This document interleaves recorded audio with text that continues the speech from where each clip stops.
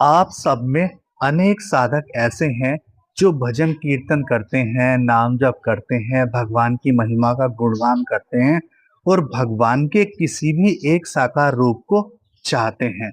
लेकिन आपकी साधना में समस्या क्या आती है कि आप पहले तो बहुत अच्छी तरह से साधना करते हैं, लेकिन बाद में अचानक क्या हो जाता है कि आपकी साधना वह छूट जाती है और आपकी जो भगवान से लगन थी वह कम हो जाती है।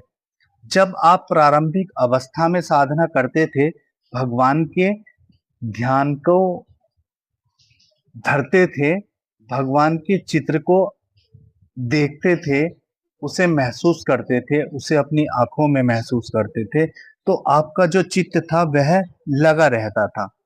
लेकिन अब ऐसी स्थिति नहीं आती है, क्योंकि कभी-कभी साधक भक्ति करते-करते भ्रष्ट हो जाता है। कुछ सांसारिक कारणों के कारण हो जाते हैं, कुछ आध्यात्मिक कारणों के कारण हो जाते हैं।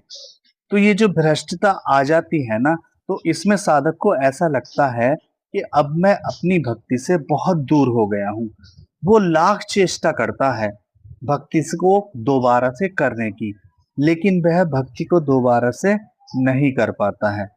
उसका जो कारण है, उसका मन का कारण है, क्योंकि उसके मन ने यह मान लिया है कि अब वह दोबारा से परमात्मा की पूर्ण रूप से भक्ति नहीं करना चाहेगा।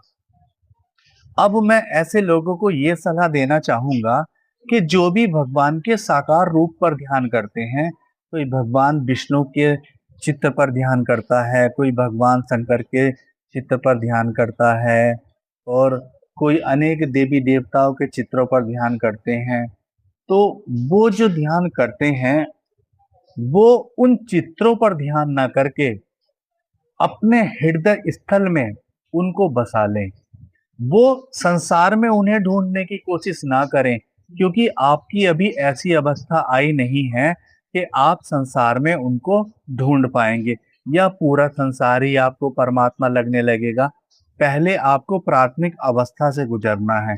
जब आप अपने हृदय में भगवान के चित्रण को अंकित कर लेंगे, तो जब आप लगातार दिन भर 24 घंटे उसको देखेंगे, तो उसके जो है आपकी अंतर की सूक्ष्मताएं खुलेंगी।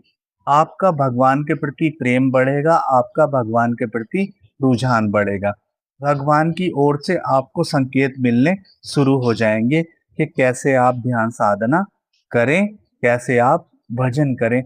ध्यान में ही साधकों के साथ अक्सर ऐसा हो जाता है कि वो बहुत ऊंचाई पर पहुंच जाता है, लेकिन जरा सी गलती के कारण बहुत नीचे गिर जाता है और उसके मन में भी यही धारणा आती है कि अब मैं ध्यान उस अवस्था में नहीं कर पाऊंगा। मैं आपसे सिर्फ इतना ही कहना चाहूंगा कि ये सब आपके मन का खेल है। मन कह रहा है कि अब आप भक्ति नहीं कर पाएंगे, लेकिन इसका सजेशन मैं आपको ये देता हूं कि भगवान को संसार में ना ढूंढकर अपने हृदय में उनका चित्र स्थापित करें। खाते समय, सोते समय, बैठते समय, भजन करते समय, नाम जप करते समय, हर अवस्था में, किसी भी अवस्था में आपको भगवान के चित्रण को अपने हृदय में बसाना ही है। क्योंकि आप संसार की सारी क्रियाओं को कर सकते हैं भगवान के चित्र को देखते हुए अपने हृदय में। क्योंकि मैं जानता हूँ, मैं ध्यान का साधक हूँ, मैं भी साक्षी की साधना करता हूँ। तो जब साक्षी की साधना में, साक्षी में मैं रहता हूँ, तो मेरा शरीर अलग होता है, शरीर की क्रियाएं अलग होती हैं, मुझे सब दिखाई देता है। ऐसे ही आपको भी सब कुछ दिखाई देने लगेगा। इसमें चिंता की बात नहीं है। आप भगवान को संसार में ना ढूंढकर आप उनके चित्र को अपने हृदय में बसा लें और ऐसी कोशिश करें, ऐसी प्रगाढ़ता के साथ, ऐसी लगन के साथ करें कि आप उनको भूल ना पाएं, वो हर समय आपके हृदय में स्थापित रहें। देखिए, नाम जप करने से क्या होता है? नाम जप करने से कुछ नहीं होता है। नाम जप मात्र एक प्रारंभिक प्रयास है। प्रारंभिक प्रयास का मतलब ये है कि नाम जब आपको दिया जाता है, तो नाम को आपको नाम के सहारे बिठा दिया जाता है। जब आप भजन, कीर्तन और भक्ति की उस चरम अवस्था पर पहुंचते हैं कि जहां आप नहीं रहते हैं, आपका शरीर भी समाप्त हो जाता है, आपका मन भी समाप्त हो जाता है, आपके विचार भी समाप्त हो जाते हैं, आपके होने का बोध समाप्त हो जाता है, बस आपकी लगन मात्र रह जाती है। तो उस लगन के द्वारा आपको भगवान के दर्शन होते हैं। भगवान के दर्शन कभी भी क्रिया से नहीं होते हैं, क्योंकि नाम जप एक क्रिया है और क्रिया करने से कभी दर्शन नहीं होते हैं। क्रिया मात्र एक साधन है। इस क्रिया से आपको उस अवस्था तक जाना है जहां आप भगवान शिव के, भगवान विष्णु के, भगवान ब्रह्मा के या अनेक देवी देवताओं के, जिसकी भी आप साधना करते हैं, उनके दर्शन कर सके। तो आपको मेरी बात बहुत आसानी से समझ में आ गई होगी कि नाम जप से नहीं, यह सब होगा आपकी लगन से, आपकी क्रिया से नहीं होगा। क्योंकि जैसे ही आपकी लगन लगेगी तो आपकी संसार से विमुखता बढ़ती चली जाएगी, आप संसार से विमुख हो जाएंगे।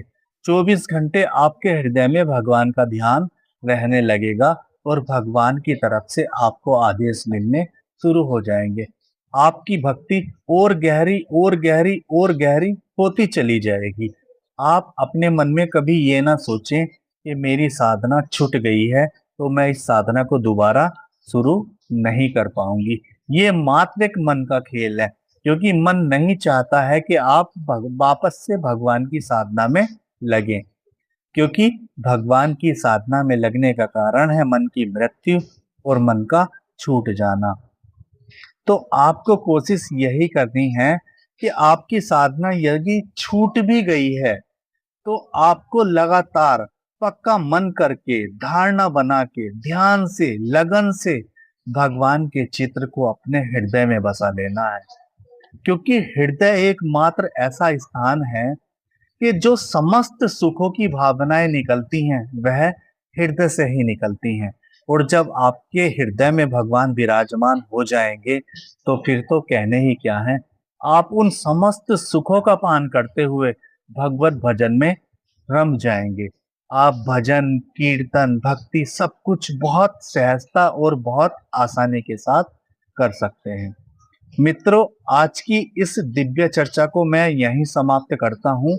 यदि आपका कोई प्रश्न है तो वह मुझे लिखकर भेज सकते हैं, आपको उत्तर मिल जाएगा। आप सबका शुभ हो, आप सबको प्रणाम।